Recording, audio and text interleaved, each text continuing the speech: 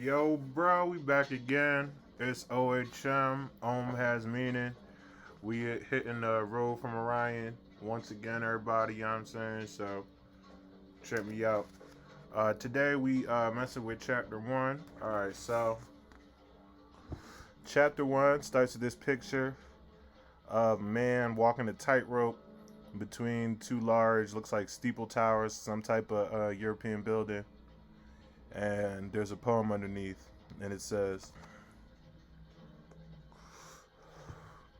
Revision, the act of looking back, of seeing with fresh eyes, of entering an old text from a new critical direction, is for us more than a chapter in cultural history. It is an act of survival.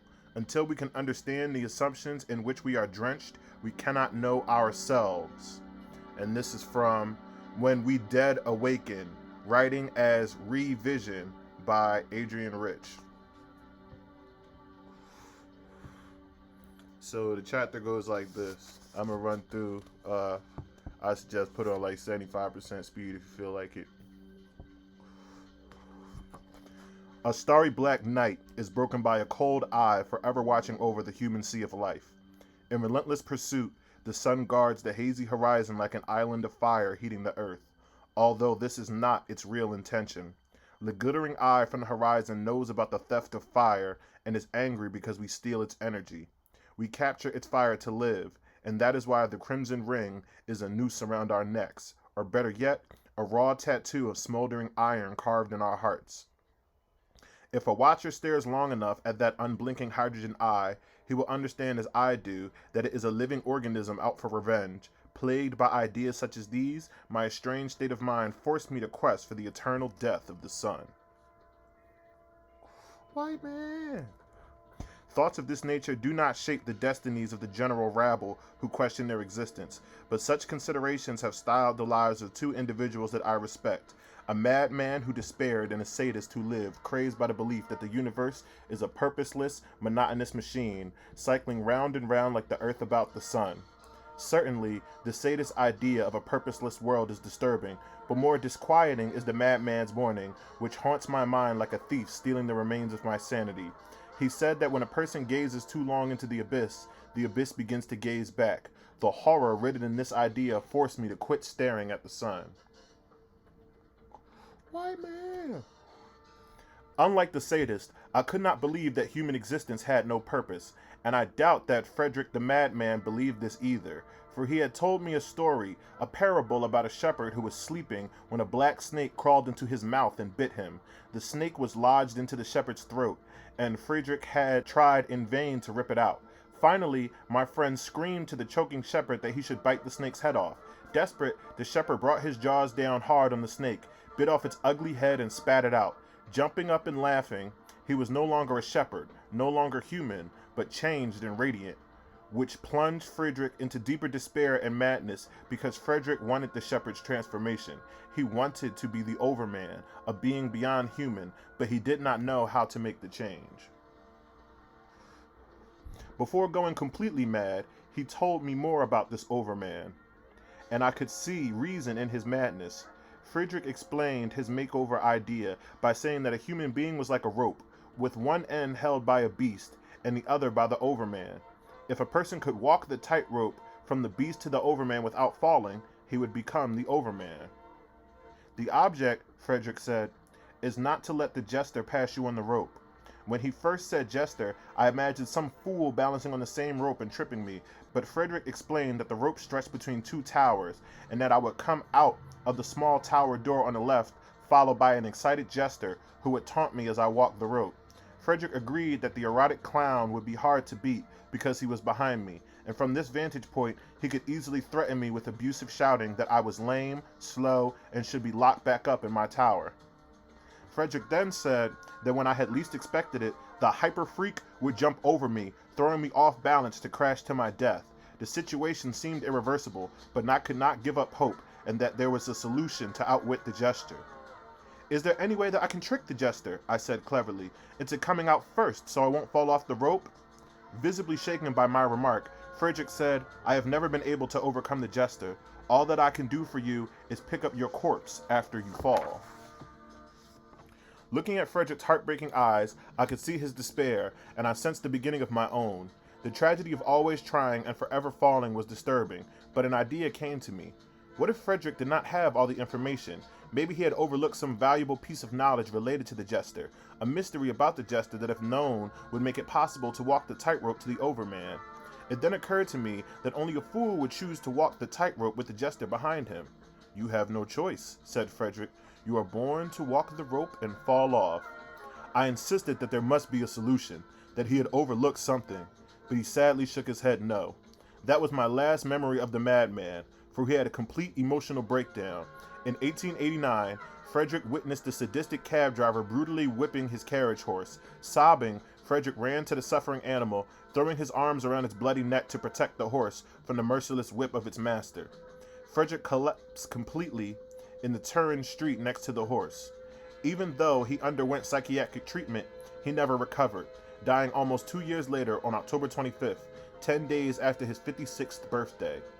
I was still carrying the corpse of Friedrich Nietzsche's thought with me, still thinking of a way to outwit the jester, when I read the works of the sadist, who was also missing valuable information.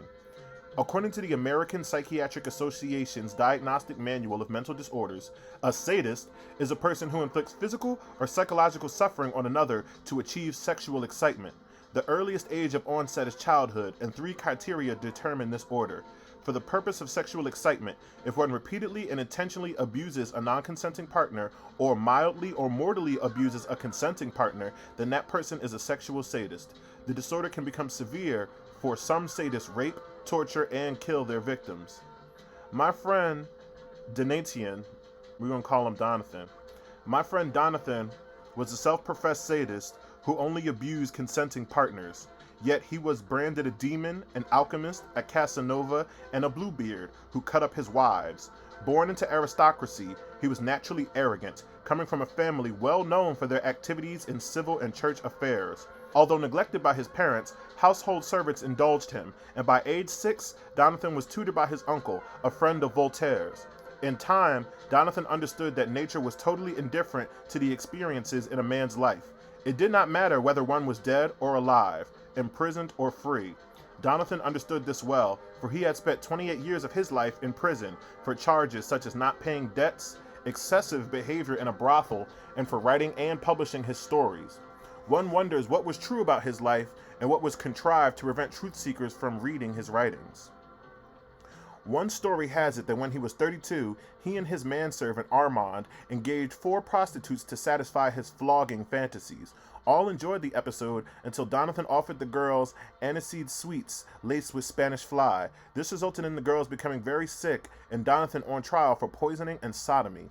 Escaping to Italy with his wife's younger sister, whom he passed off as his wife, he was soon imprisoned by the King of Sardinia in a cell called the Great Hope, after his mother-in-law requested the king to arrest him. Nonetheless, these reports of Donathan's antics did not stop me from reading his writings. I considered him my mentor as I did Frederick, even though Donathan sometimes acted like the cruel cab driver that tortured the horse. Like Frederick after his breakdown, Donathan believed in nothing at all, except perhaps for a good flogging to relax oneself. To me, he was a free spirit, a rebel against the absurd as Camus perceived him, a revolutionary force for a change in thinking. One day he told me that his storyline modus operandi of maiming, raping, and humiliating women for male pleasure was just a literary technique to emphasize a point. Wondering whether his misogynist method was that effective, I said, "Well, Donathan, it better be a good point because posterity has you labeled as a sexual deviant. They have taken your last name and made it a psychiatric disorder." Marquis Donathan de Sade laughed and motioned me forward as if to tell me a secret that would change my life. He said, "In the real world, virtue serves no useful purpose. Even a woman uses her virtue as a mask to disguise her physical weakness while showing off her sexuality." The Marquis de Sade had little compassion for the weak or any guilt for his actions, and he believed sexual gratification was rooted in power over the weak, a power similar to nature's ability to forever rearrange indestructible molecules for its creations.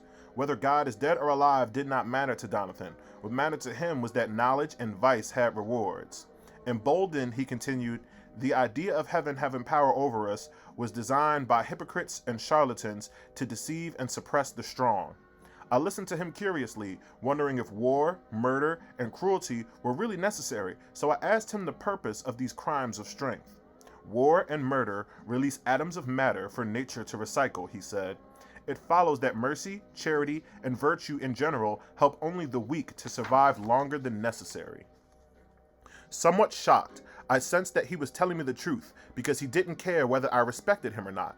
His libertine logic reminded me of the Irish poet Yeats, who professed that the best means of achieving freedom was through battle, rage, drunkenness, sex, and art. Like Frederick, who believed that man could be described as a herd animal, Jonathan compared the virtuous weak to lambs amongst the ruthless wolves that nature favored. No wonder he aspired to be a wolf, for based on the limited truth he understood from experience, he had lost hope. The jester had beaten the Marquis de Sade. The idea that the tragic visions of Jonathan and Frederick resulted from their being deprived of hope by the jester haunted me. The jester understood the gag. He knew how to get the snake out of the shepherd's throat. He knew how to stop the fall. If nature were unstoppable, ruthless, uncaring, and ruled by the urge to create and rearrange molecules, then it would seem that nature could also reorganize a person into a being that did not root sexual gratification in power. To me, it seemed that the problem was the jester, who was hiding the answer to some simple mystery that could restore the death of hope. There had to be a way to force the jester to walk the tightrope first, tempting the stormy freak to reveal what he knew about becoming the overman. Tormented by these ideas, my entire existence was revolved around solving this riddle, especially since I met John Friedman, Irish by blood, impulsive by nature. This is much a story about John and me as it is about the pursuit of truth. As for my identity, I must remain anonymous due to the events that transpire, yet I can tell you that this story is about the power of the imagination to discover a new world, one that we can live in with hope, not despair. It is about giving up the ordinary life for the sake of a spiritual quest that discovers and unmasks the lost meaning of an ancient Egyptian legacy. So, that's chapter 1 from The Road from Orion. You know what I'm saying? It's some philosophers in there to Google. Yeats, Camus, Nietzsche, the Marquis de Sade. You know what I'm saying? I don't know a lot of their work. I know Nietzsche's name from because I went to college. Like just that. I took no classes about him, but when you around, you hear that name. Camus, similar thing, just hear that name. Yeats, never heard of. The Marquis de Sade, I never heard of. And you know, it's simply the very beginnings. First thing you gotta do, you're talking about death, you gotta face your shadow self, you know what I'm saying? Your anti-personality.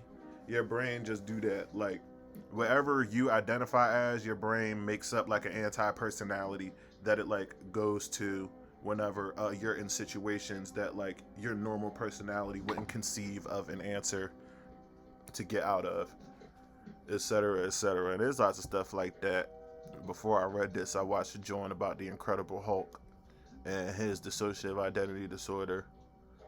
But you know, when you get into it, I've been talking to, I got an alchemy teacher, you can do that on purpose, like without letting, well, I mean, nature does it for you, you know what I'm saying? But you can also do it on purpose, you know what I'm saying? Form personalities, have them interact with each other, you know what I'm saying? Because you do that already, so you might as well do it intentionally. But yeah, thanks for tuning in, you know what I'm saying? Like, share, subscribe, give me some money if you feel like it. Share this video. Recommend me some stuff.